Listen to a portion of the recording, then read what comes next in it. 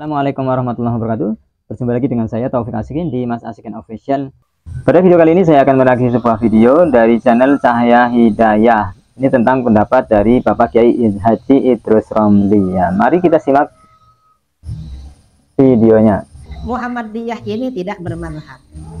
Ya. Karena tidak bermazhab, maka kecenderungannya di dalam ibadah Muhammadiyah tidak bermazhab. Nah, Muhammadiyah ini mirip Wahabi, sering bawa propaganda kembali pada Quran dan hadis.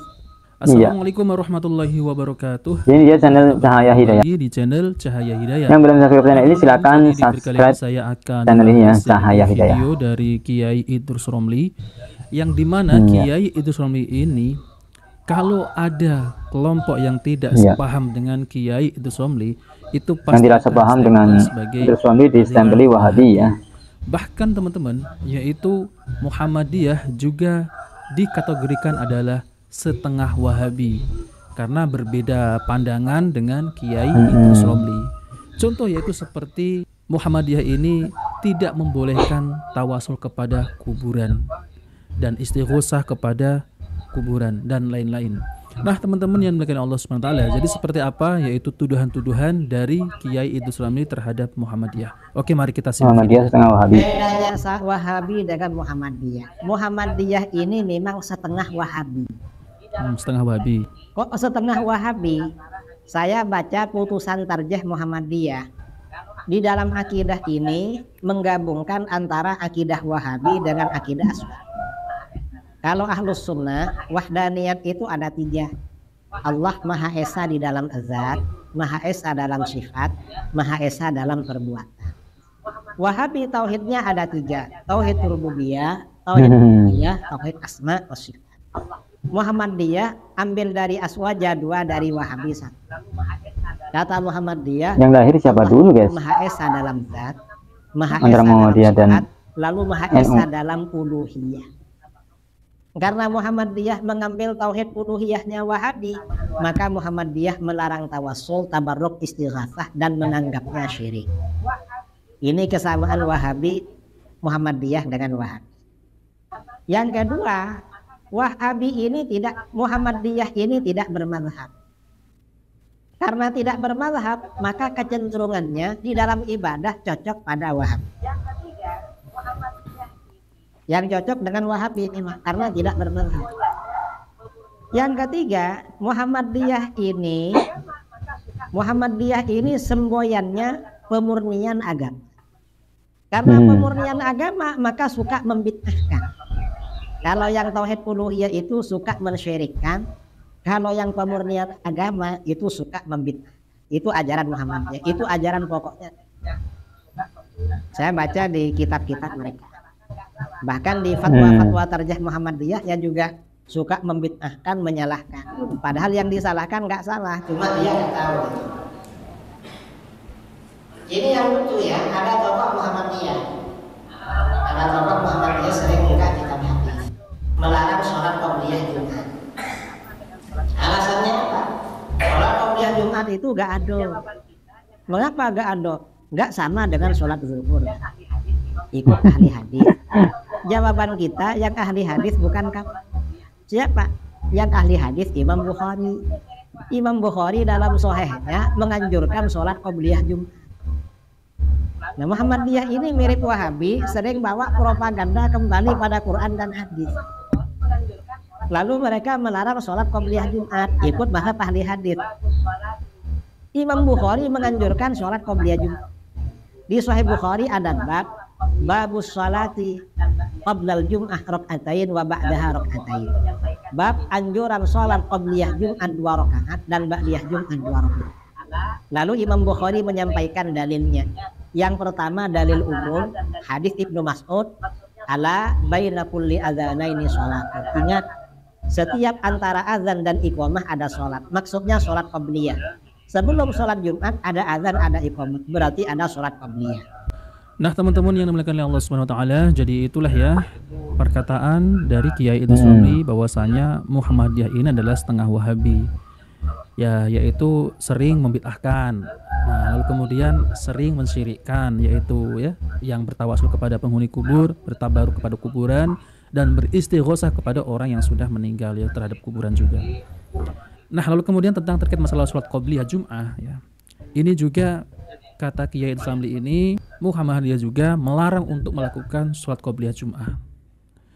Jadi seperti apa ya teman-teman ya, tentang terkait masalah ini, dan saya akan tampilkan yaitu penjelasan dari Ustadz Mujiman yang bahwasanya beliau adalah dari Dai Muhammadiyah dan asli tulen Dai Muhammadiyah ya teman-teman. Coba mari kita dengarkan tentang terkait masalah ini ya. Sholat sunnah pada saat hari Jumat. Jadi sholat sunnah pada saat hari Jumat. Khususnya hari Jumat ini maksud kita adalah sholat Jumat. Kita mengetahui bahwa sholat Jumat ini baru bisa dikerjakan kalau sudah masuk waktunya atau matahari sudah tergelincir. Lalu adakah sholat qobliyah Jumat? Maka harus kita cek di sini bagaimana adzan di hari Jumat tersebut. Jadi bagaimana adzan di hari Jumat tersebut. Dan adakah di zaman Nabi Shallallahu Alaihi Wasallam atau para sahabat yang sholat sunnah qobliyah? Jawabannya ada atau tidak? Tidak ada. Kalau yang dimaksud sunnah qobliyah tidak ada. Jadi sunnah qobliyah itu tidak dikenal di zaman Nabi. Maksud saya qobliyah Jumat itu tidak dikenal di zaman Nabi, tidak dikenal di zaman sahabat sahabat Abu Bakar maupun sahabat Umar. Karena saat itu adzannya hanya sekali. Baru kemudian di zaman sahabat Utsman adzannya dua kali. Maka dengan demikian, ketika hari Jumat setelah kumandang adzan tidak dibenarkan untuk sholat sunnah bagi yang masjidnya adzannya satu kali, kecuali dia datang terlambat baru masuk masjid. Jadi kalau dia tidak datang terlambat, dia sudah duduk masuk masjid, sudah bikin shaf, lalu kemudian dengar adzan, selesai adzan, apa yang kita lakukan? Dengarkan khutbah. Karena di tempat masjid yang adzannya satu kali, begitu selesai adzan maka khotib akan segera khutbah. Sehingga yang kita lakukan adalah mendengarkan khutbah, bukan sholat dua rakaat. Kecuali ketika masuk ke masjid, adzan sudah selesai, imam sedang khutbah. Ketika imam atau khotib sedang khutbah, maka pada saat itu kita boleh sholat sunnah. Loh kok boleh? Padahal kan kaidahnya kalau ada yang wajib sama yang sunnah, dahulukan yang wajib, tinggalkan yang sunnah. Kok boleh? Karena adanya dalil khusus. Saat Nabi SAW sedang khutbah dan melihat ada jamaah yang baru saja tiba di masjid, lalu kemudian langsung duduk. Apa kata Nabi? Qum fasolli rakaatain. Bangunlah, salatlah 2 rakaat. Menunjukkan kalau memang khotib itu sedang berkhutbah, lalu kita baru datang, maka boleh salat sunnah 2 rakaat. Tidak pakai kaidah wajib sunnah, tapi pakai dalil khusus. Saat Nabi khutbah, Nabi menegur yang datang tidak salat 2 rakaat. Maka ini dalil khusus bahwasanya silahkan tetap sholat kalau terlambat, dan itu bukan qobliyah. Itu bukan qobliyah. Baik Bapak Ibu, dan prakteknya pun dipercepat. Jadi prakteknya dipercepat, tidak boleh berlama-lama karena lebih utama mendengarkan khutbah. Baik Bapak Ibu, lalu bagaimana ketika kita baru datang ke masjid? Kita saat itu dianjurkan untuk sholat sunnah. Jadi kalau baru datang ke masjid, apa yang kita lakukan? Sholat sunnah. Hari Jumat, sholat sunnah. Sholat sunnah di situ bukan qobliyah. Karena syarat disebut qobliyah itu kalau belum sesudah adzan. Padahal pada saat baru datang ke masjid, kemudian sholat di situ, sudah adzan apa belum? Belum. Maka itu bukan sholat sunnah qobliyah. Jadi itu bukan sholat sunnah qobliyah. Lalu apa yang perlu kita lakukan? Silakan sholat, karena di situ memang disunnahkan untuk sholat. Tapi itu bukan qobliyah. Andai itu qobliyah, maka dilarang. Kenapa? Ya. Karena saat itu matahari berada di atas kepala. Tidak boleh sholat sunnah qobliyah ataupun ba'diyah saat matahari di atas kepala, saat matahari terbit, saat matahari tenggelam.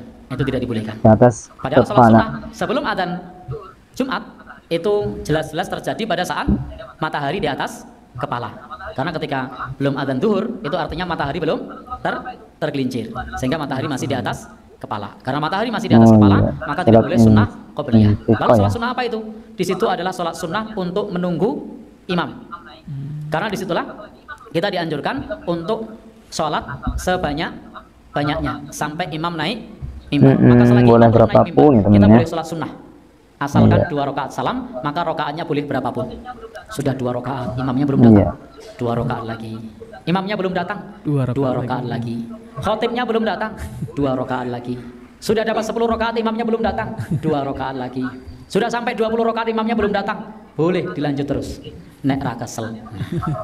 Kan ini sifatnya sunnah, bukan wajib. Anda kemudian memilih 2 rakaat saja, boleh. Anda memilih 4 rakaat saja, boleh. Anda memilih 6 rakaat saja, monggo, sesuai dengan kemauan.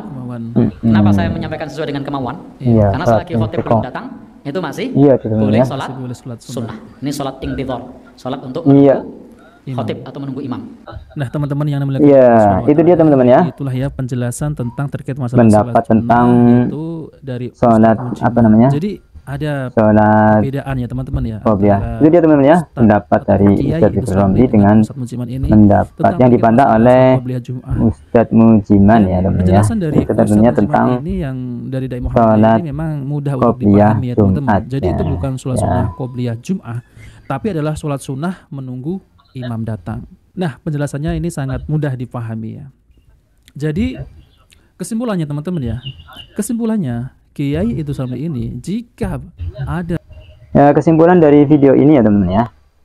Bapak Kiai Haji Idrus Romli ini ya, jika ada kelompok yang tidak sesuai dengan pemahamannya dia ini, maka Bapak Idrus Romli ini secara serampangan langsung mengecap bahwa kelompok tersebut dinamakan dengan kelompok Wahabi ya. Seperti dengan Muhammadiyah ini ya, dikatakan setengah dari Wahabi ya. Itu teman-teman ya, videonya semoga bermanfaat ya. Jangan lupa kalian like dan subscribe ya. Yang belum subscribe channel ini silakan subscribe.